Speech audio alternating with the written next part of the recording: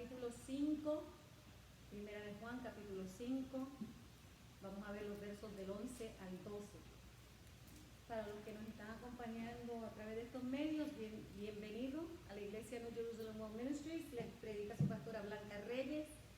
Y vamos a entrar en la palabra rapidito en Primera de Juan 5, del 11 al 12.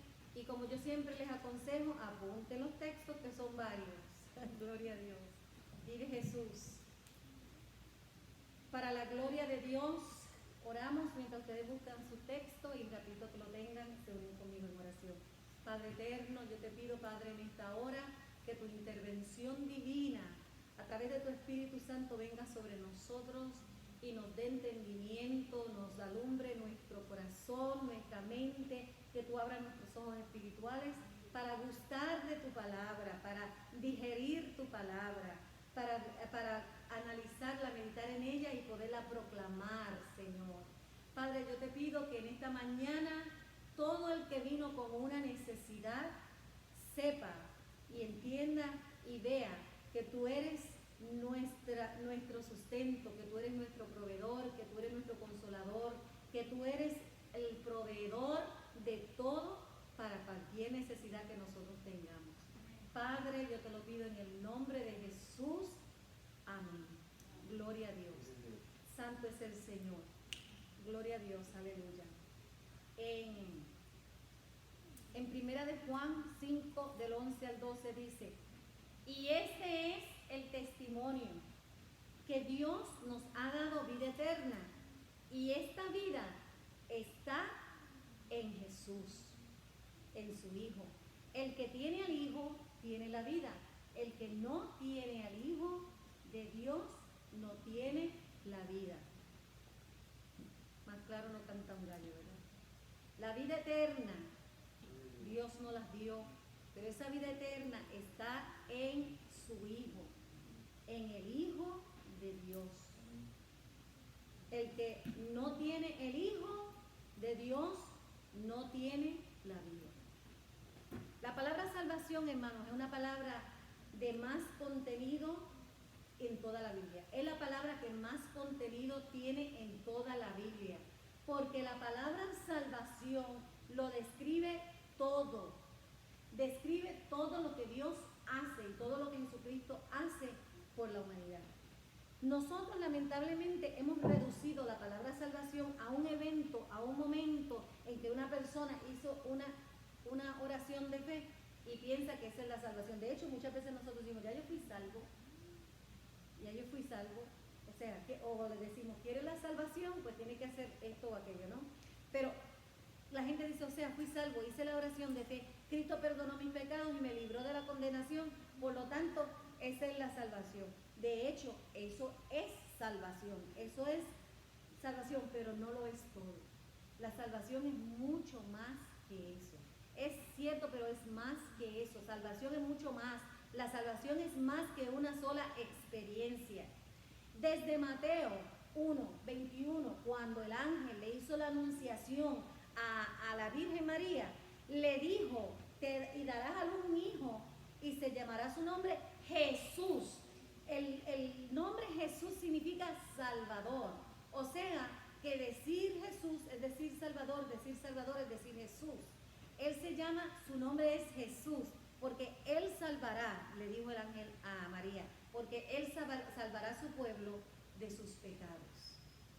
Por eso se llama Jesús, por eso se llama Salvador, porque Él salvará a su pueblo de sus pecados. El nombre de Jesús es sempiterno. Quiere decir que Él salva, Él salvó, Él salva y salvará. Él seguirá salvando. En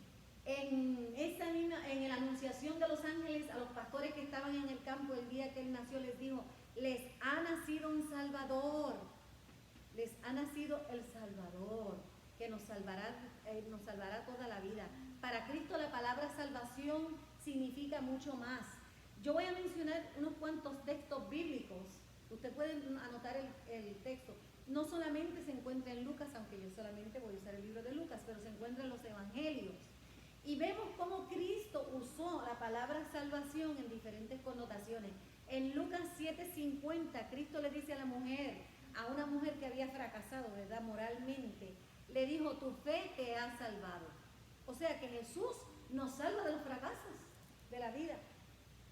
Y cuando Cristo le dijo eso, Él le estaba diciendo, te estoy salvando de ese fracaso, ¿verdad? En Lucas 8:36 le dice a un hombre que estaba endemoniado y había sido salvado, se aplica entonces aquí que la salvación es liberación. Aquí lo está usando como liberación. Y en Lucas 8:48, la mujer que estaba enferma con sangre de flujo por casi toda la vida, Él le dijo, ve en paz, tu fe te ha salvado. O sea, que Él estaba diciendo que la salvación también era sanidad. Así también como cuando sanó al ciego, cuando el ciego lo vio y Él le dijo, ¿qué quieres que te haga? Y Él le dijo, que me dé la vista, ¿verdad? Quiero la vista. Él le dijo, ok, pues tenla, recíbela. Tu fe te ha salvado. Así que ahí también vemos que la sanidad habla de salvación y la salvación de sanidad. No temas, en Lucas 8:50 le dijo, cuando la hija de un soldado se estaba muriendo y él vino a pedirle que fuera hasta allá y la salvara, que la sanara. Y vinieron un montón de gente y le dijeron, mira, ya no moleste más al maestro, la niña se murió. Y Cristo le dice, no temas, cree solamente y será salva, refiriéndose entonces a la palabra salva, a la resurrección. Así que vemos que salvación y la palabra cuando Jesucristo la usa de todas las maneras que Él provee. Todo lo que Dios provee, todo lo que Jesucristo provee es salvación. Es salvación. En Lucas 19:9 dice, Jesús le dice a Zaqueo, hoy ha venido la salvación a esta casa. ¿Quién llegó a la casa de Zaqueo? Jesús. Jesús el Salvador. Jesús Salvador llegó a la casa. Así que cuando Jesús llega a tu vida, cuando Jesús llega a tu casa a través de ti, porque llegó a tu vida, llega la salvación. ¿Cuántos se alegran de eso? Amén. Que la salvación llega a nuestra casa. Cuando nosotros permitimos que la salvación llegue a nuestra vida, la salvación llegue a nuestro corazón, que es Cristo Jesús. En Lucas 19:10, ahí mismito dice que el Hijo del Hombre vino a buscar y a salvar lo que se había perdido. Por eso es que ese himno que nosotros cantamos primero a mí me toca mucho, porque cuando dice que Él no miró lo despreciable que nosotros éramos, todos nosotros éramos despreciables, todos nosotros éramos desechos, todos nosotros éramos indignos. Sin embargo, Él murió por nosotros en la cruz del Calvario y por eso dice que Él vino a buscar todo lo que se había perdido, vino a buscar y a salvar todo lo que se había perdido. Esta salvación fue planificada desde antes de la fundación del mundo, desde antes de la fundación del mundo, desde antes de que el hombre cayera en pecado. Dios en su omnisciencia había provisto el medio por el cual el hombre se iba a salvar. Él no fue que dijo, ahora tengo que idear cómo salvarlos, no. Dice la palabra del Señor en Timoteo, 2 de Timoteo 1, del 9 al 10, dice, quien nos salvó y llamó con llamamiento santo, no conforme a nuestras obras, amén, gloria a Dios, no conforme a nuestras obras, sino según el propósito suyo, el propósito de Dios, según el propósito suyo y la gracia que nos fue dada en Cristo Jesús antes de los tiempos de los siglos. Aleluya, gloria a Dios, hermano. Nosotros, el que se pierde porque quiere, porque la solución estaba desde antes de que se perdiera.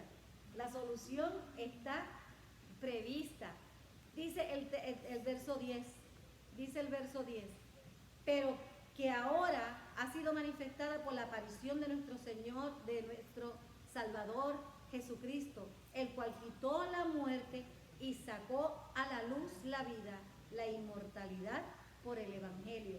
Por el Evangelio, que es otro tema que me gustaría desarrollar.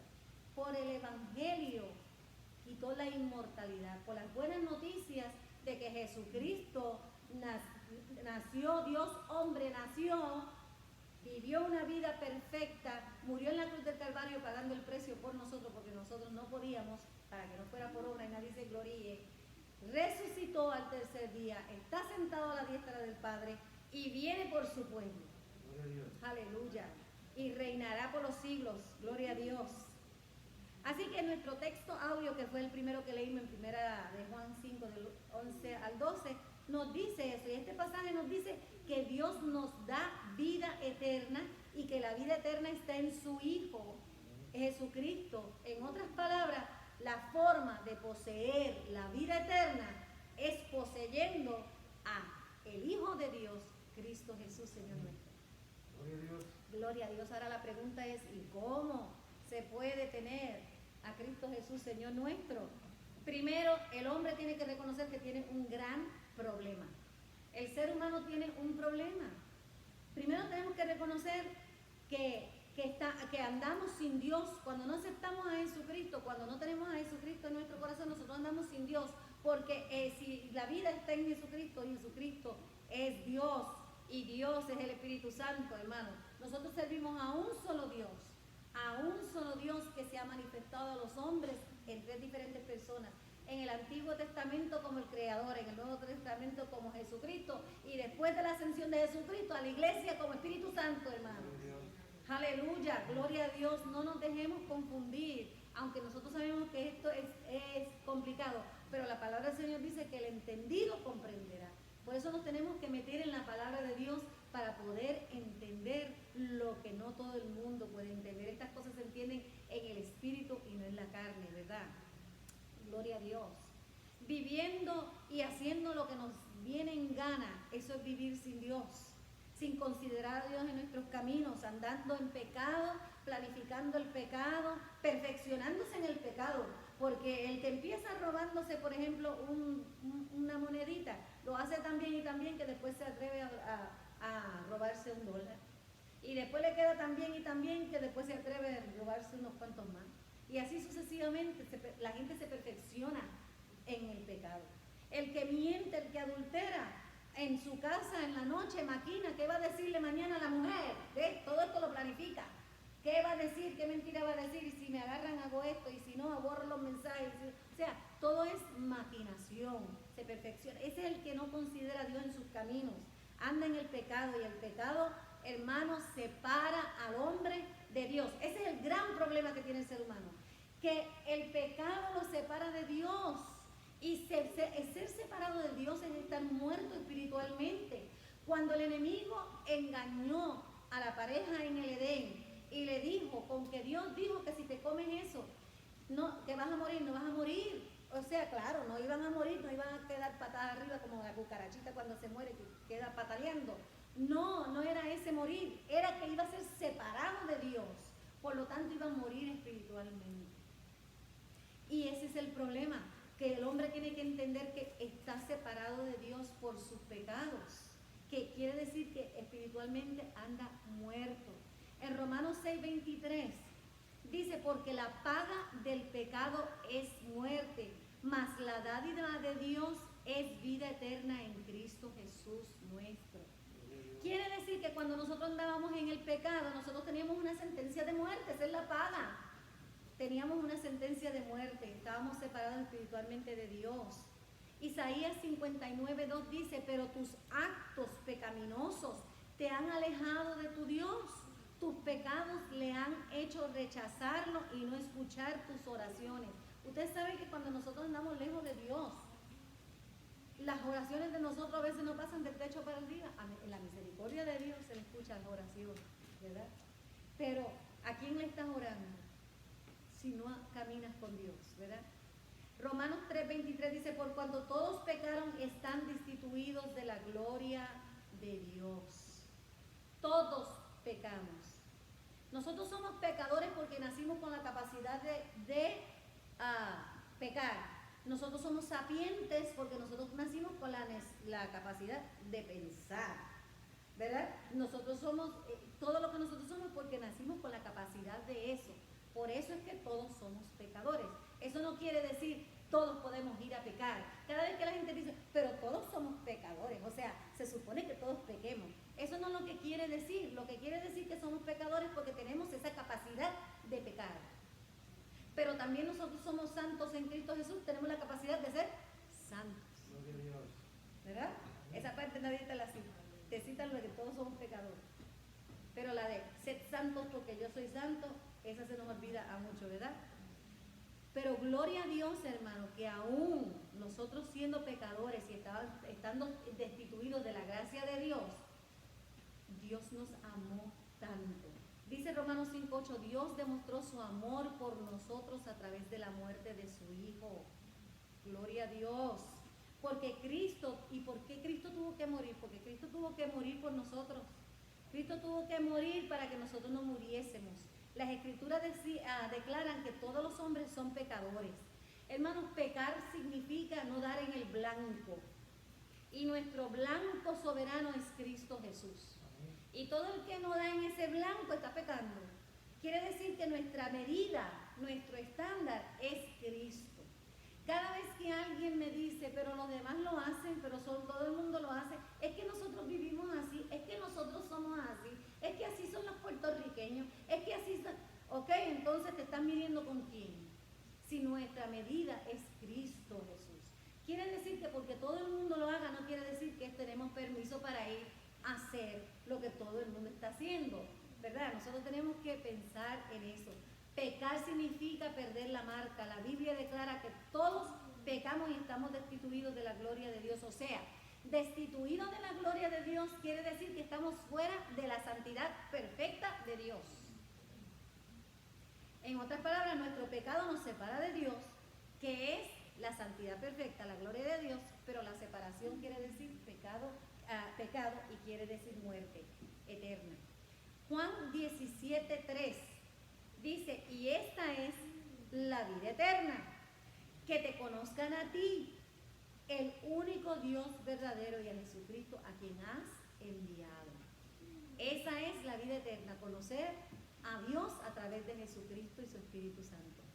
Habacuc 1:13 al principio de ese verso dice, eres demasiado justo para tolerar el mal, no puede tolerar las malas acciones. Dios es tan santo, su santidad perfecta, que no permite el pecado, no tolera el pecado, no puede coexistir con el pecado. Él ama al pecador y ama al pecador que le provee la salvación. Y el que acepta la salvación pasa a ser hijo de Dios. Y ama al pecador, pero no ama el pecado, porque no puede coexistir. Por lo tanto, Dios debe juzgar al hombre pecador.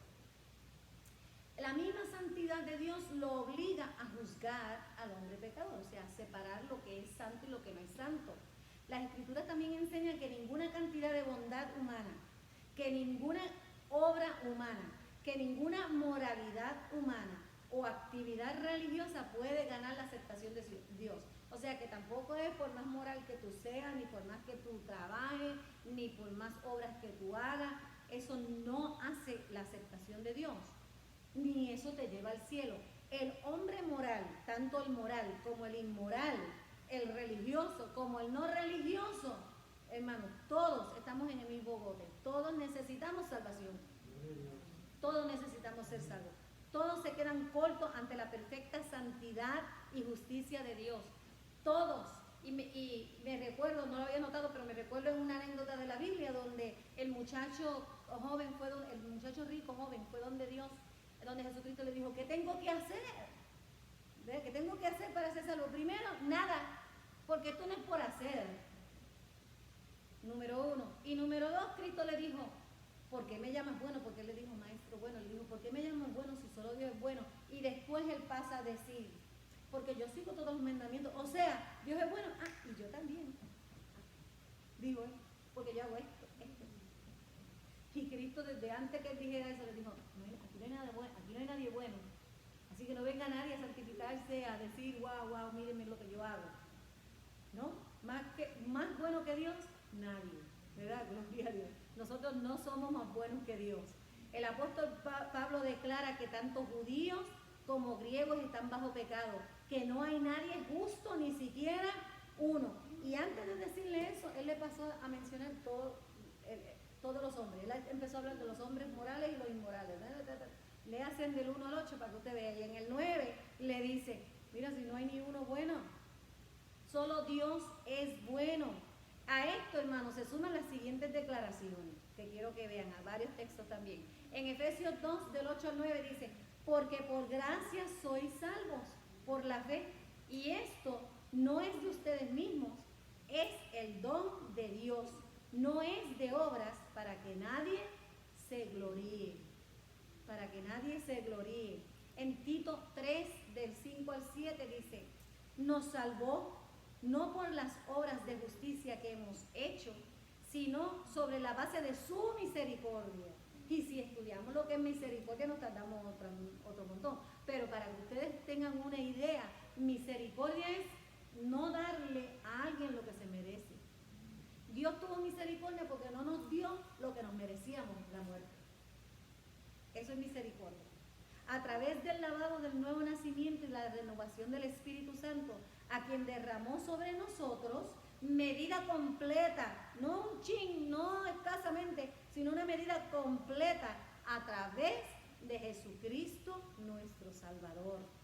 Y así, dado que su gracia nos ha justificado, nos convertimos en herederos con la expectativa segura de la vida eterna. Ay, hermano, es un resumen. Si usted lee ese texto bíblico, Tito del 3, capítulo 3, del 5 al 7, es un resumen de lo que es el plan de salvación, que si ustedes se han dado cuenta, eso es lo que estoy predicando hoy, el plan de salvación.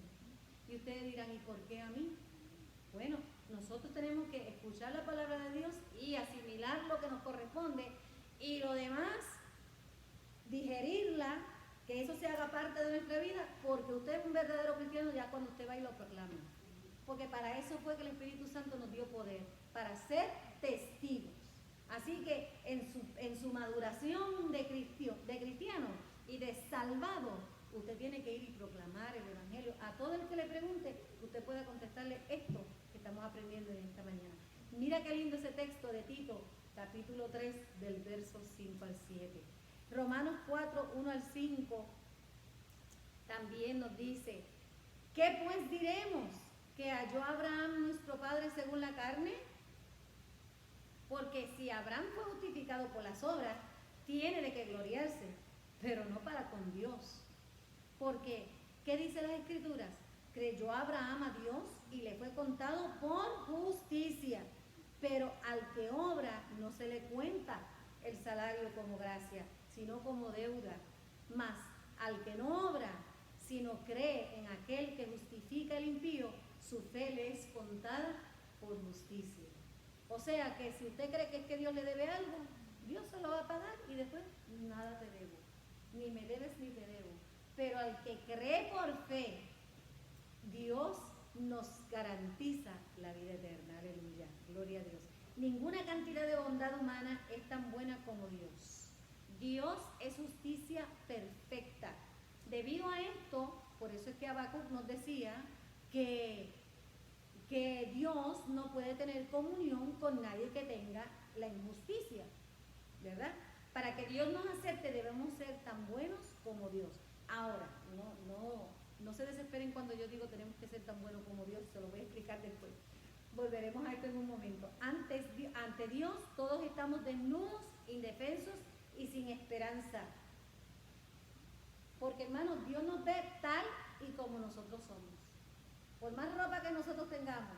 Hay gente que dice, no, yo no me atrevo a orar en el baño. Mira, pero sí, Dios te ve en el baño y fuera del baño y te ve igualito. Porque Dios no estoy hablando de la desnudez física, estoy hablando de la desnudez del alma. Nosotros ante Dios estamos desnudos, nos conoce tal cual somos. Somos indefensos porque no tenemos excusas delante de Dios. Estamos sin esperanza por nosotros mismos. Si dependemos de nosotros mismos no hay esperanza. Ninguna cantidad de vida buena nos llevará al cielo, ni nos dará vida eterna. Ahora, ¿cuál es entonces la solución? ¿Cuál es la solución para nosotros poder ir al cielo y tener la vida eterna?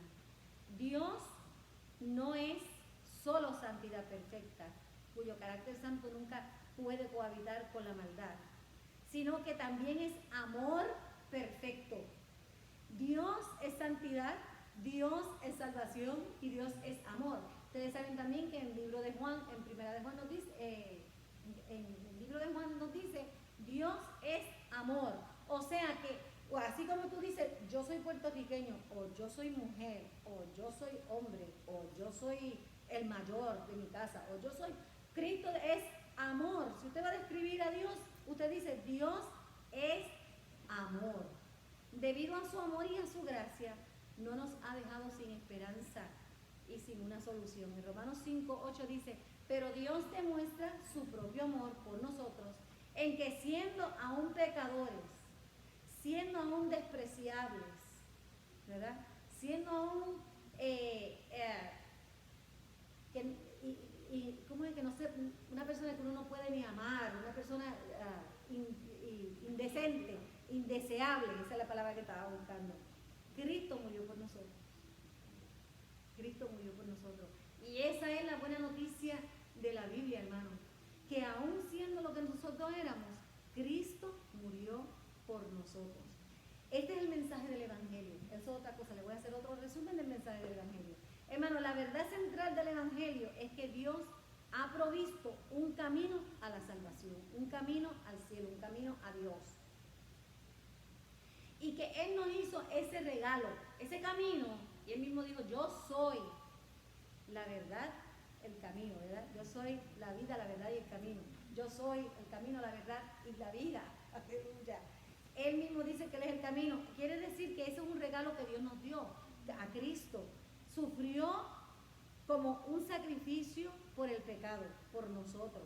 Venció la muerte y ahora está sentado a la diestra del Padre. Y ahora nos ofrece a nosotros parte de ese triunfo, el que nosotros ahora seamos llamados hijos de Dios. El Evangelio es una buena noticia porque es un don de Dios, no algo que se deba ganar con penitencias, ni con obras, ni con superación personal. Es el mensaje de Dios del Hijo propio, el Hijo propio de Dios. Dios hombre, vivió una vida sin pecado, murió en la cruz, donde vertió su sangre para expiarnos de nuestros pecados. Fue resucitado de la tumba, ¿verdad? Como Él mismo lo había predicho, y demostró que es el Hijo de Dios. Cuando Él vino y resucitó de la tumba, caminó entre los hombres otra vez para demostrar que Él es el Hijo de Dios.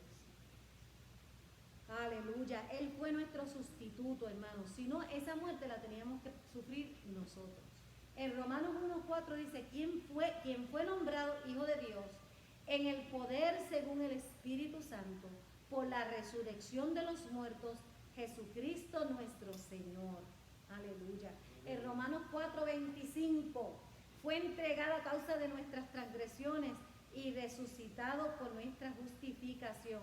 Así que en Cristo es que nosotros pasamos a ser buenos como Dios, porque Cristo nos quita nuestra maldad, nuestro pecado, se lo puso Él en la cruz del Calvario para morir por nosotros y nos vistió a nosotros de su justicia. Así es que nosotros somos buenos como Dios, si estamos vestidos de la santidad y de la justicia de Dios. En 2 Corintios 5:21 dice, Dios hizo al que no conoció pecado para que sea pecado por nosotros, para que en Él nos convirtiéramos en justicia de Dios. En 1 Pedro 3:18 dice, porque Cristo también sufrió una vez por los pecados. Una vez, Él no va a estar sufriendo y muriendo todos los viernes santos. Una vez murió por nosotros, el justo por los injustos, para llevarte a Dios, al morir en la carne, pero al ser para ser vivificados en el Espíritu. Cuando trato de hablar rápido se me enreda la lengua. Pero nosotros morimos en la carne, pero somos vivificados en el Espíritu a través de Cristo Jesús, Señor nuestro. ¿Y cómo recibimos al Hijo de Dios? ¿Qué hacemos para recibirlo? Debido a lo que Jesucristo logró por nosotros en la cruz del Calvario, la Biblia dice que el que tiene al Hijo tiene la vida. Podemos recibir al Hijo, a Jesucristo, como nuestro Salvador por fe personal, confiando en la persona de Cristo y su muerte por nosotros, como leímos. Y en Juan 1:12 dice, pero a todos los que lo han recibido, los que creen en su nombre, les es dado el derecho de convertirse hijos de Dios. Ahora somos hijos de Dios, aunque el mundo no nos conozca, ¿verdad? Y si el mundo no lo quiso a Él, tampoco nos va a querer a nosotros. Juan 3:16, el famoso texto que todo el mundo cita, y que gloria a Dios, que bueno, sí lo debemos recitar, pero tenemos que aprendernos el 16, el 17 y el 18, porque dice la palabra del Señor, que porque así es como Dios amó al mundo, ¿verdad? Le dio su Hijo unigénito para que todos los que en Él creen, no en los que creyeron o los que crean, sino hoy, en los que en Él creen, no se pierdan, mas tenga vida eterna. Porque Dios no envió a su Hijo al mundo para condenar al mundo, sino para que el mundo sea salvo por Él. El que cree en Él no está condenado. El que no cree ya se condenó. Así que si nosotros vemos al impío como condenado, no es culpa de nosotros. Es porque la palabra dice que si no crees en Jesucristo, ya eres condenado. Porque no ha creído en el nombre del único Hijo de Dios. Esto significa que debemos acercarnos a Dios de la misma manera que un pecador tiene que reconocer que es un pecador, ¿verdad? Nosotros tenemos que reconocer que somos pecadores. Así que primero nosotros reconocer que somos pecadores y reconocer que no podemos por nuestra propia fuerza y darnos cuenta que ninguna obra que nosotros hagamos puede resultar en salvación. Y depende total de Cristo, solo por la fe, solo para nuestra salvación. Solo depende de Jesucristo. Y esto es un momento importante, hermano. Esto es un momento importante porque si usted no sabe si es salvo, este es el momento de afirmar su fe en el Señor Jesús. Y este es el momento de hacer la oración que todo el mundo nos hace repetir. Y no está nada de malo. Y nosotros lo podemos a veces repetir varias veces. Porque no es que uno se convierte 4 veces. No, es que en donde hubo el cambio, hubo la transformación, ahí fue que se convirtió de verdad. Y como dice un ilustre hermano mío, dice que se conviertan de una vez, para que se conviertan de una vez. Porque ustedes ven que hay gente que se convierte, y vuelven y se convierten, y vuelven y se convierten. Amén, no tiene nada de malo. Ojalá y vinieran al Señor cada vez que reconozcan que son pecadores. Pero llega el momento en que cuando la salvación llega a ese corazón hay una transformación. Dice la palabra del Señor que nueva criatura somos y todas las cosas viejas pasaron. No amamos más al pecado y si está en pecados lo evita. Y si lo evita, lo rechaza. Usted tiene que rechazar el pecado en usted. Que si que habló malo, en ese momento usted dice, Señor, otra vez lo volví a hacer, yo rechazo esto en mi vida, quítame esta mala costumbre. Y así hasta que usted venza. Pero usted no puede seguir diciendo y esperando que el Espíritu Santo lo transforme si el Espíritu Santo no mora en su corazón. ¿Verdad?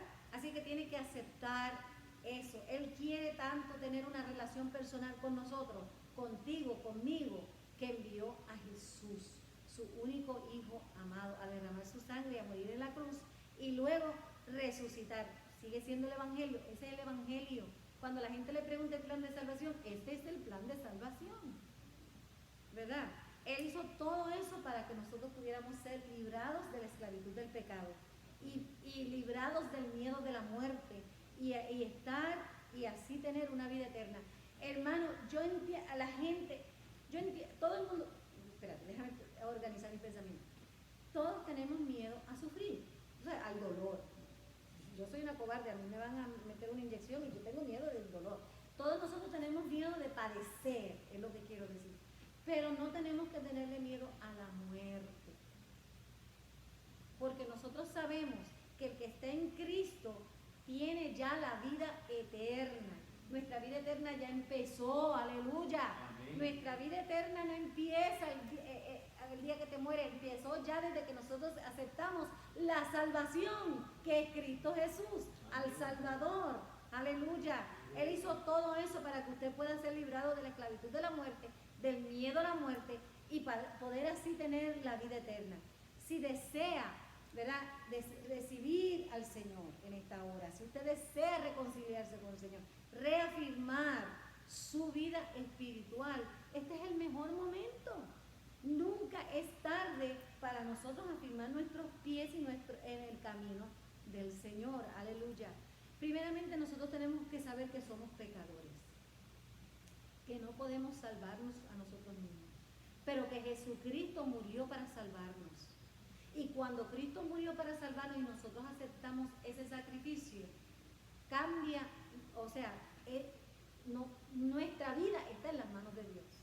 Nuestra vida está en las manos de Dios.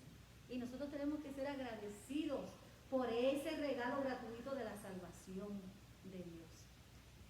Hermano, si usted acaba de afirmar su vida con Dios, es fácil. Lo único que tenemos que seguir haciendo ahora es injertarse en una iglesia, así como estamos aquí nosotros, vaya a la iglesia, lea la Biblia, ore. Y orar es hablar con Dios, no tiene que tener palabras rebumbantes,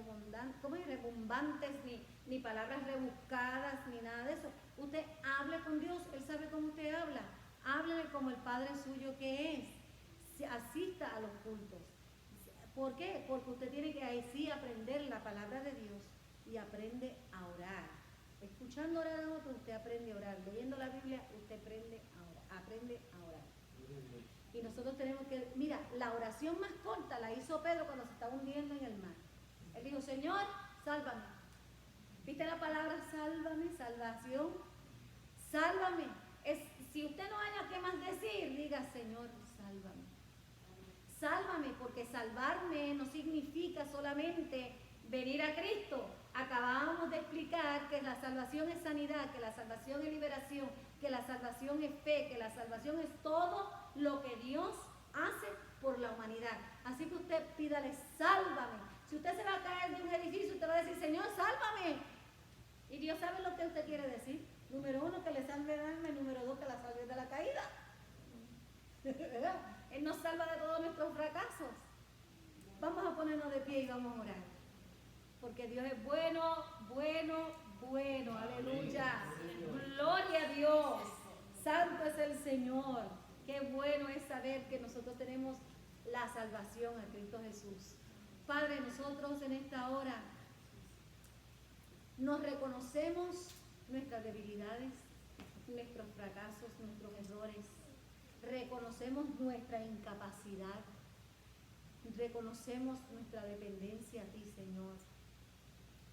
Padre eterno, haz que nuestra vida tenga un significado según tu propósito. Señor, es propósito tuyo, Padre, que es salvar nuestra alma, que nosotros podamos propagar el Evangelio, que nosotros podamos vivir una vida digna de ser llamados hijos de Dios. Que nuestro estándar continúe siendo Cristo Jesús como nuestro blanco soberano. Que no perdamos esa marca, Padre eterno. Ayúdanos, Padre mío, a santificarnos, a consagrarnos. Y más que nada, Padre mío, a ser testimonio vivo para que otros lleguen a ti. Para que nosotros sepamos llevar este mensaje a todas las almas que se pierden, porque tú viniste a buscar todo lo que se había perdido, a buscar y a salvar todo lo que se había perdido. Padre, en esta hora, con nuestra boca confesamos que somos tus hijos, porque hemos aceptado a Cristo Jesús como nuestro Salvador, como nuestro Señor, como nuestro dueño, como nuestra guía, como nuestro blanco, como nuestra estándar, Jesucristo. Padre, en esta hora yo te pido que tú bendigas a cada uno de mis hermanos. Padre, en el nombre de Jesús. Amén.